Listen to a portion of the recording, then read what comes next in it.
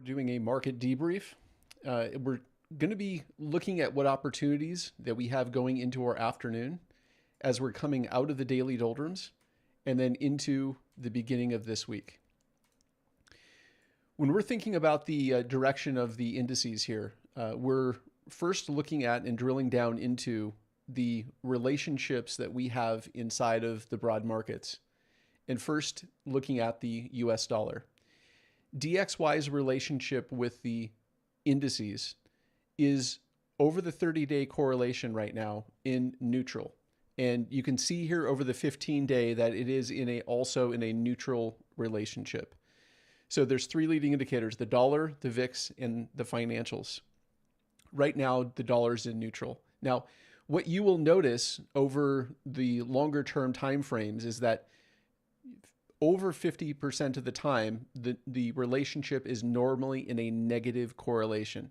You can see that the 90-day relationship is in a negative correlation, that the 30-day went slightly neutral, the 15-day has gone slightly neutral. If you think about the last 30 to 60 days of the time that we've been inside of the 2026, the indices have been mostly going sideways, and that goes right along with the dollar's relationship.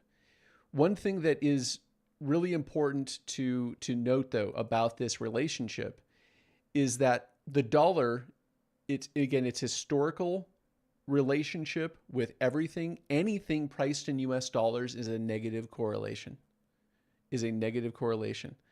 And right now, the dollar's trend is up, and it is grinding higher.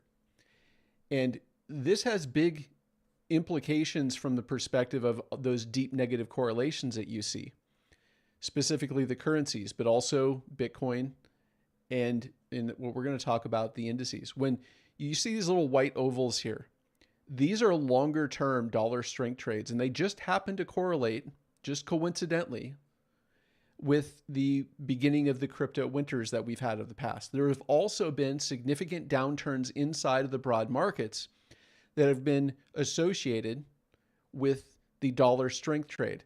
The most recent one was going into the end of 2021, the beginning of 2022, where we had this breakout as we were coming into July of 21.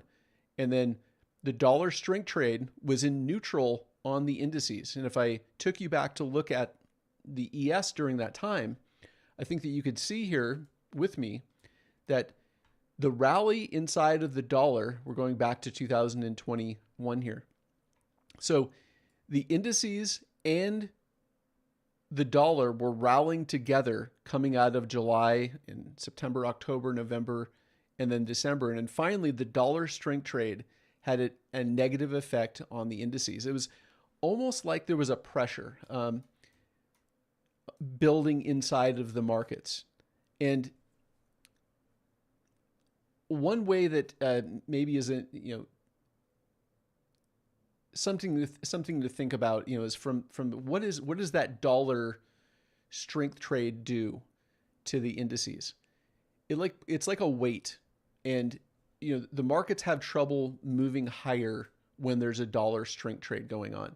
And you can see just the incredible rally that we had coming out of April, which we had long setups that were correlating with this, that turned into extensions and extensions of extensions and extensions of extensions of extensions that led us into this rally. And over the past 90 days, we've had trouble getting going in. This stream continues at eMiniAddict.com. The link is in the description.